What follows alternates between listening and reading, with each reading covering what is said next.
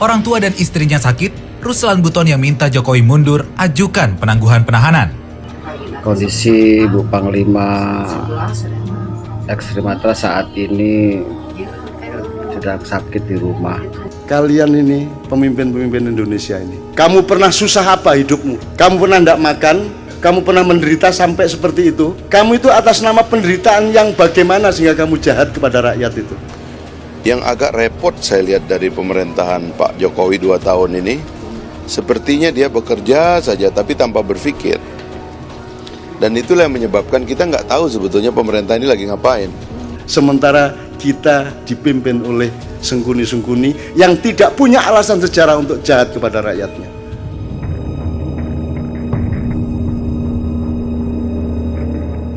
Kondisi Bu Panglima Ekstrimatra saat ini sedang sakit di rumah. Mohon kepada rekan-rekan untuk peduli dan ketuk hatinya untuk minimal berkunjung, memberi support kepada keluarga dan ibu agar diberi kesehatan dan memberikan doanya agar segera dicabut penyakitnya dan bisa sembuh seperti kala. Untuk mendampingi Bapak Panglima kita dan sehat selalu. Kami yang mewakili yang ada hari ini bersama Ketua Ekstrimatra Jawa Barat memberikan support sedikit semangat pada Ibu. Semoga Ibu tetap sehat ya Bu ya. Besok kita rame-rame hadir ke sini ya. Sabar. Tim kuasa hukum Ruslan Buton membenarkan kliennya ditahan di Bareskrim Polri karena meminta Presiden Joko Widodo mundur. Kini, Ruslan sudah menghuni rutan Bareskrim untuk 20 hari ke depan hingga 17 Juni mendatang. Sebelum ditahan, Ruslan sempat menolak berita acara penahanan. Terkait penahanan tersebut, perwakilan kuasa hukum Ruslan Buton Tonin Tata Singarimbun mengaku telah mengajukan permohonan penangguhan penahanan atas kliennya. Surat permohonan penangguhan penahanan sudah diajukan. Surat permohonan penangguhan penahanan sudah diajukan ke penyidik dan Direktur Tindak Pidana Cyber Bareskrim Polri dengan nomor surat 05-ALF-penangguhan-0520. Kami sudah ajukan permohonan penangguhan penahanan ke penyidik. Selain itu, kami minta supaya dihadirkan saksi ahli di penyidikan ini, ungkap Tonin. Tonin menilai penyidik sangat tergesa-gesa menahan kliennya, padahal material yang disangkakan belum tentu pidana. Atas dasar itulah, kubu Ruslan Buton meminta penyidik memeriksa ahli bahasa, ahli pidana, hingga ahli pemerintahan untuk menghentikan perkara. Tonin Tata Singarimbun mengatakan, surat penangguhan penahanan bagi kliennya itu sudah diajukan ke penyidik dan Direktur Cyber Bareskrim Mabes Polri. Mengapa penangguhan penahanan diperlukan? Karena penyidik mengetahui keberadaan kliennya di Buton. Selain itu, orang tua klien kami juga sedang sakit, tutur Tonin. Tidak hanya orang tua, ungkap Tonin, istri Ruslan Buton juga dalam keadaan kritis di Bandung, Jawa Barat. Sehingga dengan rasa kemanusiaan, sepatutnya penangguhan bisa diberikan. Penyidik juga mengetahui klien kami kooperatif dan tidak dikhawatirkan melarikan diri, merusak, atau menghilangkan barang bukti, serta mengulangi tindak pidana. Apalagi penjaminnya adalah beberapa purnawirawan, istri, dan penasihat hukumnya, tambah Tonin. Kamu pernah susah apa hidupmu? Kamu pernah tidak makan? Kamu pernah makan ibumu? Kamu pernah menderita sampai seperti itu? Kamu itu atas nama penderitaan yang bagaimana sehingga kamu jahat kepada rakyat itu? Apa alasan sejarahmu? Kalau Sengkuni ada alasannya untuk jahat, meskipun kejahatan dia tidak sepadan sama sekali dengan penderitaannya, tapi Sengkuni sangat kuat dan sangat arif sehingga dia hanya menjadi provokator. Sementara kita dipimpin oleh sengkuni-sengkuni yang tidak punya alasan sejarah untuk jahat kepada rakyatnya. Kamu pernah jahat apa? Kamu pernah menderita apa? Wong kami yang tidak pernah utang seperti anak-anak utang. Kamu tidak pernah kredit seperti mereka. Kamu lancar-lancar saja kok. Ya toh? Kamu juga anak orang yang tidak miskin, cukup kaya sehingga kamu bisa nyalon kok. Urusanmu sama uang-uang besar. Atas nama apa kamu jahat kepada rakyatmu? Apa alasan sejarahmu? Ada pepatah yang mengatakan dunia ini dirusak oleh satu dari dua jenis manusia. Yang pertama, itu yang bekerja saja tanpa berpikir, dan yang kedua, yang berpikir saja tanpa bekerja. Yang agak repot saya lihat dari pemerintahan Pak Jokowi 2 tahun ini, sepertinya dia bekerja saja tapi tanpa berpikir. Dan itulah yang menyebabkan kita nggak tahu sebetulnya pemerintah ini lagi ngapain. Sebelumnya, sosok Ruslan Buton mendadak jadi perbincangan setelah video narasinya viral di media sosial. Dalam video tersebut, Ruslan Buton membacakan surat terbukanya yang ditujukan kepada Presiden Jokowi. Salah satu isi surat terbuka Ruslan Buton adalah meminta Jokowi mundur dari jabatan presiden. Hampir sepekan setelah video itu viral, Ruslan dijemput tim gabungan TNI Polri. Ruslan Buton dijemput di Desa Wabula 1, Kecamatan Wabula, Buton, Sulawesi Tenggara, Selasa 28 Mei. Wakapolres Laumuri juga membenarkan penjemputan Ruslan Buton berhubungan dengan postingan viral surat terbuka kepada Presiden Joko Widodo di media sosial yang dilaporkan masyarakat ke Mabes Polri. Namun, bagaimana proses selanjutnya? Dia mengaku belum tahu. Belum bisa dipastikan karena pemeriksaannya dilakukan secara tertutup dari pihak Mabes Polri dan juga Polda Sultra, ucapnya. Sementara Kasat Reskrim Polres Buton AKP Reda Irfanda mengaku tidak memiliki kewenangan untuk memberikan keterangan atas pemanggilan Ruslan Buton. Tanyakan sama pihak yang berwenang. Saya tidak punya kewenangan karena pemeriksaannya dilakukan secara tertutup, ujarnya. Siapa sebenarnya? Siapa sebenarnya Ruslan Buton? Ruslan Buton adalah mantan prajurit TNI Angkatan Darat. Ruslan Buton adalah mantan prajurit TNI Angkatan Darat. Pangkat terakhirnya di kesatuan itu adalah Kapten Infanteri. Pangkat itu diperoleh saat ia menjabat Pama Yonif RK 732 Banaum. Namun petaka menghampirinya saat dia menjabat Komandan Kompi sekaligus Komandan Pos Satgas SSK 3 Yonif RK 732 Banaum pada 2017 lalu. Sebagai sistem ini sudah kita amputasi melalui amandemen konstitusi, sudah nggak ada. Tapi yang masih mungkin terjadi adalah ketika kita sadar betul kadang-kadang satu bangsa itu kadang-kadang dalam pikirannya itu memang ada anasir totaliter. Dalam subkultur kita itu ada ide tentang ratu adil dan sebagainya. Orang-orang yang datang menyelesaikan masalah. Karena itu kadang-kadang kita memang nggak siap menerima orang kayak Pak Jokowi. Karena kok tampangnya itu nggak kuat gitu loh. Dan Pak Jokowi jujur mengakui itu. Memang ya tampangnya tidak kuat, tapi tampang Jokowi itu ya memang demokrasi itu begitu, milihnya yang kayak begitu-begitu gitu loh. Kadang-kadang kita mereproduksi pasal-pasal otoriter dalam undang-undang. Makanya saya mengkritik Pak Jokowi. Pak Jokowi memang by individual tidak kelihatan otoriter, tapi dia mulai dirayu, mungkin dia bukan ya, dia dirayu untuk mereproduksi pasal-pasal otoriter dalam undang-undang. Orang yang di dalam jiwanya itu hidup nilai-nilai egalitarianisme, anti-feodalisme. Dan saya ingin memberikan garis besar pada feodalisme itu, karena itu yang berat. Kalau saya lihat kelakuan menteri-menteri dan pejabat-pejabat di sekitar pemerintah itu feodal. Sama juga di sekitar partai politik itu feodal semua itu. Kalau sudah bilang ditelepon ketum, apa itu ketum itu? Kalian nih partai politik tidak relevan kalau tidak ada suara rakyat sama kalian.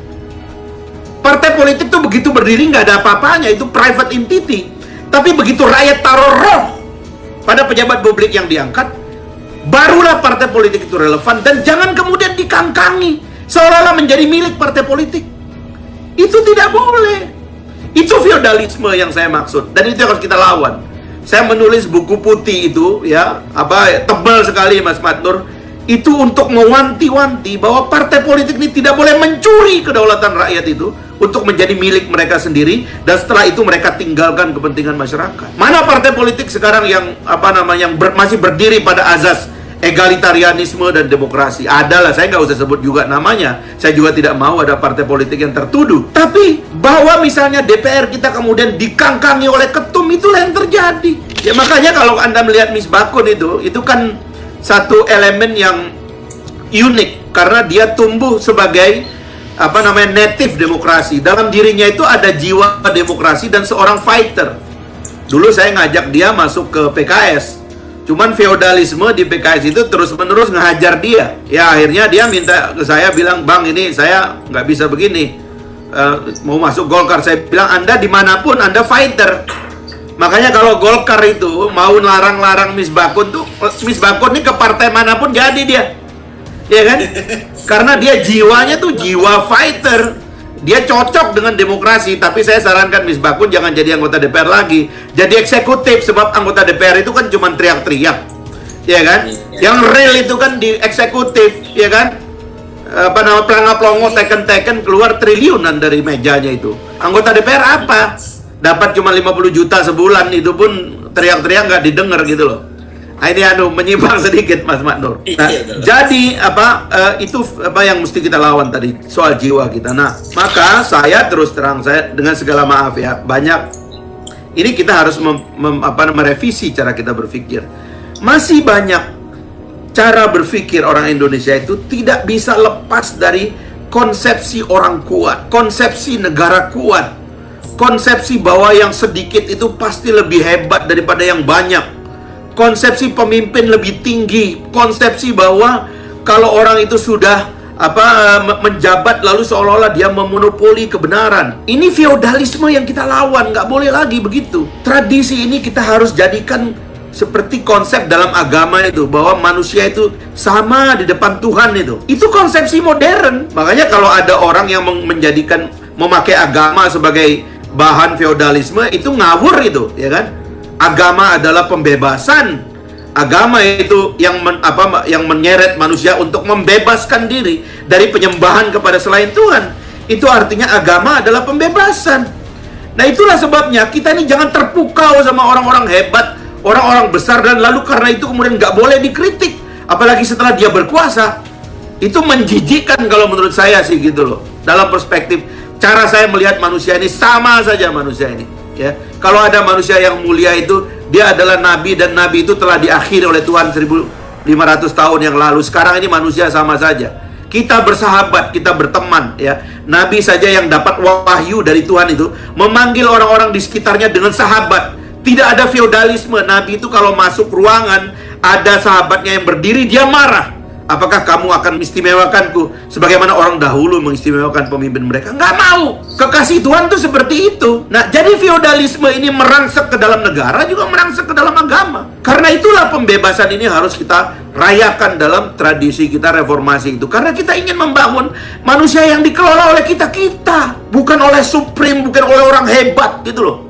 Ini yang kita mesti kelola sekarang. Nah, itulah saya sebenarnya sedihnya. Waktu kita membaca terakhir itu kan ada kecenderungan nih oligarki di Indonesia. Mereka mau menjederhanakan orang-orang pemimpin. Mereka nggak mau pemimpin itu datang dari semua kalangan. Mereka mau men-screening pemimpin itu, sehingga pemimpin yang hadir itu, siapapun dia, itu datang dari kalangan itu. Dan itulah orang-orang yang sekarang ini mau menyederhanakan supaya oligarki bertahan dan feodalisme itu juga menjadi milik orang-orang itu saja. Terakhir ini 2 periode ini kan kita terpaksa berjuang memperjuangkan hanya 2 orang saja. Yang sebenarnya kalau kita lihat value-nya memang ya sama aja. Dan sekarang terbuktikan value-nya sama aja. Buktinya mereka gabung kok gitu loh. Sebenarnya masih ada waktu kita mengingatkan Pak Jokowi nih, Pak Misbakun ya, kalau ketemu ya. Dia itu baru memimpin kurang dari 1 tahun. Orang-orang melihatnya sederhana, datang dari Solo, datang dari kampung, dengan tradisi kampung yang egaliter misalnya. Tapi kenapa kok orang-orang di sekitarnya ini feodal semua? Menganggap dia seolah-olah orang yang nggak bisa dikritik. Menganggap dia segala-galanya. Wah, dia itu orang cerdas. Wah, pasti lebih pintar dari kalian. Lalu tidak tersentuh. Tidak berbicara kepada publik. Tidak ada juru bicaranya. Tidak transparan terhadap keputusannya. Gemar dengan keputusan-keputusan sepihak. Itu tidak benar. Itu bukan cara yang benar. Kalau presiden punya kelemahan, maka dia harus terbuka dengan semua orang. Saya percaya nih orang-orang yang hebat kayak Misbakun dan lain-lain itu sudah nggak bisa masuk istana. Begitu Anda punya mental egaliter, Anda anti feodal, pasti Anda dihambat masuk istana. Itu kelakuan orang-orang di istana itu dari dulu. Nah, ini yang mesti kita pantau ini. Ngingetin Pak Jokowi nih, Pak, Bapak ini so-called dipilih oleh orang-orang yang katanya punya jiwa demokrasi melawan Prabowo yang berasal dari masa lalu. Dan yang berasal dari masa lalu yang dianggapnya feodal. Prabowo itu dianggap feodal, ya kan? Karena dibesarkan oleh tradisi Orde Baru dalam organisasi militer yang sulit untuk migrasi kepada tradisi sipil yang terbuka, yang bebas, ya kan? Tapi ternyata Pak Jokowi kena penyakit Yang menjatuhkan Pak Jokowi itu nanti adalah circle-nya yang feodal itu. Lihat aja. Saya mengingatkan ini bukan dalam kebencian, saya ingin mengatakan sesuatu yang sebenarnya. Sebab jiwa bangsa ini anti feodalisme. Begitu Anda mulai feodal, Anda runtuh, lihat aja. Nah, sekarang itu yang ketiga yang saya ingin katakan ya. Pertama tadi soal jiwa, roh, kemudian tentang feodalisme, dan kemudian jebakan orang-orang kuat itu. Let democracy works.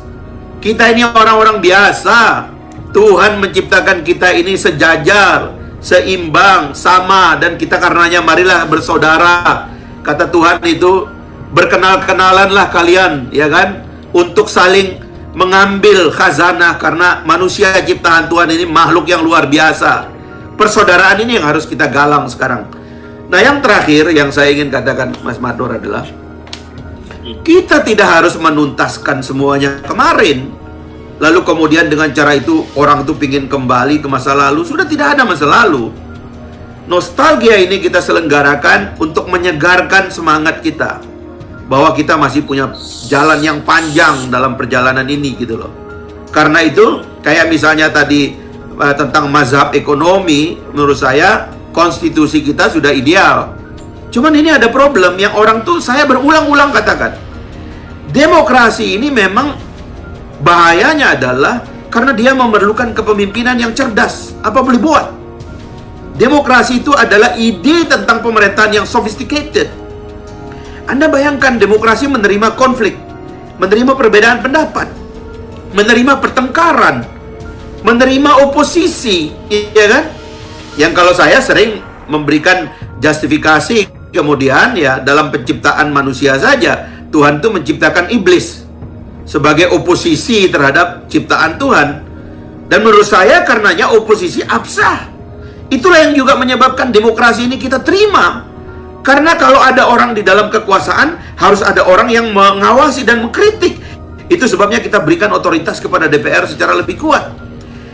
Nah, jadi tidak harus kita temukan semuanya sekarang. Yang penting adalah jalan bagi perdebatan kita buka. Teori ekonomi, konsepsi ekonomi, dan sebagainya itu harus ditemukan dan diperjuangkan. Cuman sekali lagi memang problem demokrasi adalah dia memerlukan tingkat kecerdasan tertentu. Karena itulah teruslah kebebasan ini kita buka, supaya orang cerdas tambah banyak, supaya orang cerdas ini mengalir ke lembaga-lembaga negara, barulah negara diurus oleh orang-orang hebat. Bukan orang-orang yang sekedar untuk mencari popularitas dan kekuasaan gitu. Nah, itu yang saya ingin sampaikan, tapi saya ingin tutup Mas Nur dengan soal COVID ini ya. Jadi gini menurut saya semakin percaya bahwa apapun